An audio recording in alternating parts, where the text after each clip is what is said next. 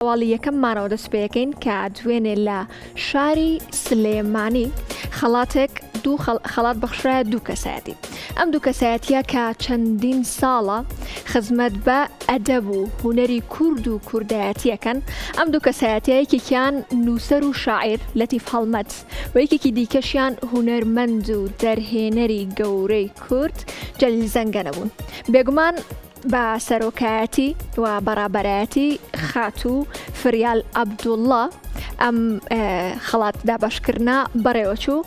راپۆرتێکمان بۆ ئامادە کردوون، بەڵام تەنها ئەم راپۆرتە نابێت بەڵکو لە شاری کەرکووکی خۆشەویستەوە لە قودسی کوردستانەوە میوانێکمانە بێت و گفتوگۆکەین لەبارەی ئەو مەراسیمەش کە ئەمڕۆ لە شاری کەرکووک بەڕێوەچوو کە خەڵات بەخشراوەتەوە چەندین کەسایەتی دیکە.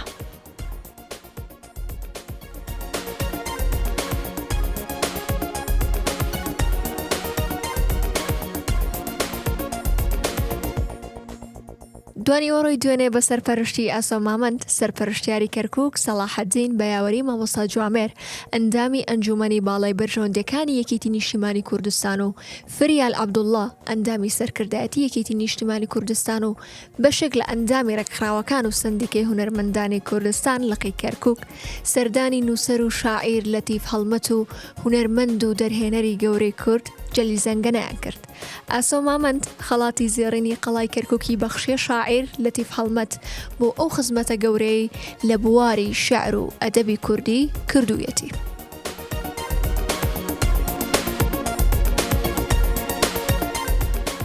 سپاس بۆ یەک بەیەکی ئەو هاوڕێیانەی یەکێتی نیشتیمانی کە منیان بە شایستەی ئەم خەڵاتە زانی. هەر لە برای بەڕێزم کاک ئاسۆ مامەندەوە تاوەکو ڕۆحی شۆڕگەڕانەی پاکی مام جەلال سوپاسیانەکەم. هەستەکەم ئەو شعرانەی بۆ کورد و کوردایەتی و کوردستان نووسیومە و دژی دوژمنانی کورد نووسی و من بە فێڕۆ نەچووە و پاداشتەکەی وەرگرتووەتەوە و قەڵای زێڕینی خەڵاتی قەڵای زێڕینی کەرکووک بۆ من وەکو خەڵاتی نۆبڵ وایە، چونکو ئێمە ئەگەر لە شاعیرانی ئەوروپاش جوانتر و بەرزتر بنووسین ئەوان ئێمە ناناسن.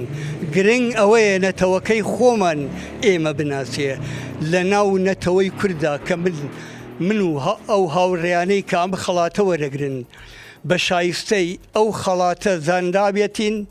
ئەوە وەکو خەڵاتی نۆبڵ تەماشایەکەم. سوپاسی دووبارەم بۆ هەموو ئەوانەی منیان بە شایستەی ئەم خەڵاتە زانی. سوپاس بۆ ئێوەیش کە هاتوون ئەم دیدارم لەگەڵاکەن. کەناڵی کوردسات و کەناڵی گەلی کوردستان زۆر زۆر سوپاس. بەخێربێن. گوڵباران بۆ هاتنتان، بۆ دیدارتان، گوڵباران بۆ خەڵاتی زێڕینی قەڵای کەرکووک، گوڵباران بۆ ئەوانەی کە منیان هەڵبژارد بۆ ئەو خەڵاتە و منیان بە شایستەی ئەو خەڵاتە زانی. سوپاس بۆ یەکێتی نیشتیمانی کە هەموو خەڵاتەکانی خۆی بە من بەخشیوە.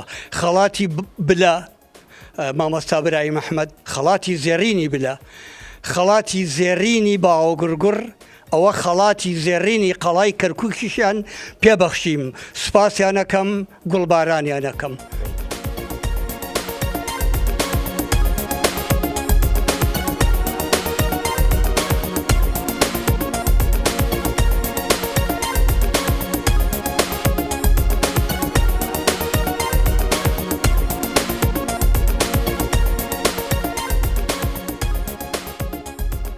دواتر سەردانی هونەرمەند و دەرهێنەری دیاری کورد جەلیل زەنگەنەیان کرد و خەڵاتی زێڕینی قەڵای کەرکووکی لەلایەن ئاسۆ مامەندەوە پێبەخشرا لە پای ئەو خزمەتە گەورەی کە کردوویەتی لە نووسینی سیناریۆ و دەرهێنانی چەندین فیلم و زنجیرە دراما و نواندنی کوردی و خزمەتکردنی بە مێژووی پڕخەباتی گەلەکەمان و قوربانیدانی.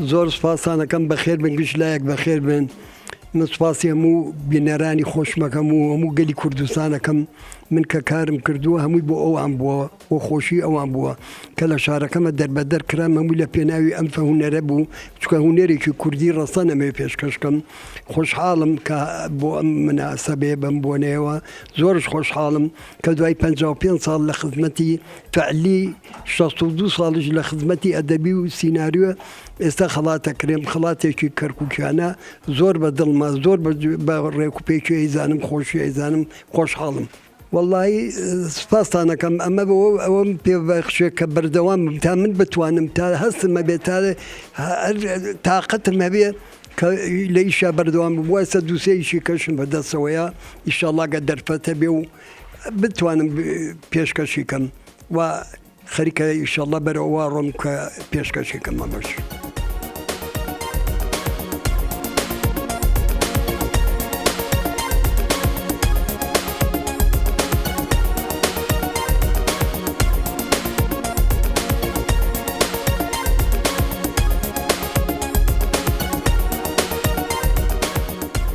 بەڵێ وڵا ئێمە بە ئەرچی خۆمان زانی ماوەیەکەم بیرۆیەکەمان باز کرد کە بەڕاستی خەڵاتی ڕێزلێنان و خەڵاتی قەڵای کەرکووک چکە مامۆستا جەلیل و کەسایەتی مامۆستا جەلیل خزمەتێکی گەورەی هونەری مندانی کردووە و ڕۆژگارێک ئەم خزمەتی کردووە کە هەمومان شانازیمان پێوە کردووە و ئێستاش ئێمە هاتوینە خزمەتی کە وەکو وەفایەک چکە شایستەی ئەوەیە نەک ئەو خەڵاتە زۆر خزمەتی زیاتر بکرێنەوە ئەوانە لە پێناو میلەتەکەمان وەکو کەرکوچیەکی چکە ئێمە بۆ ئێمەی کەرکوچی دێگای شانازیە کەسایەتی وەک مامۆستا جەلیلمان تیا بووە کە ینی وەکو شتێکە سەروەتێکی گەورەی بۆمان بەجێهێشتووە ئینشاڵڵا تەمەنی هەر درێژە بێ و بەڕاستی ئەو بەرنامانەمان هەیە بۆ سەرجەم ئەو هونەرمەندانە و شاعرە گەورانە و ڕۆشن بیرانەی بەڵام بە قۆناغ دەیکەین ئیترەوە برادرانمان ڕاست پاردووە ڕم بێ ئێستا ئاگاتان لێبێ کۆمەڵێک پەیکەر بۆ کۆمەڵێک گۆرانی بێژی دیکە و هونەرمەندی دیکە هەیە کە تەواو وەبزانم لە نهایەتیەتی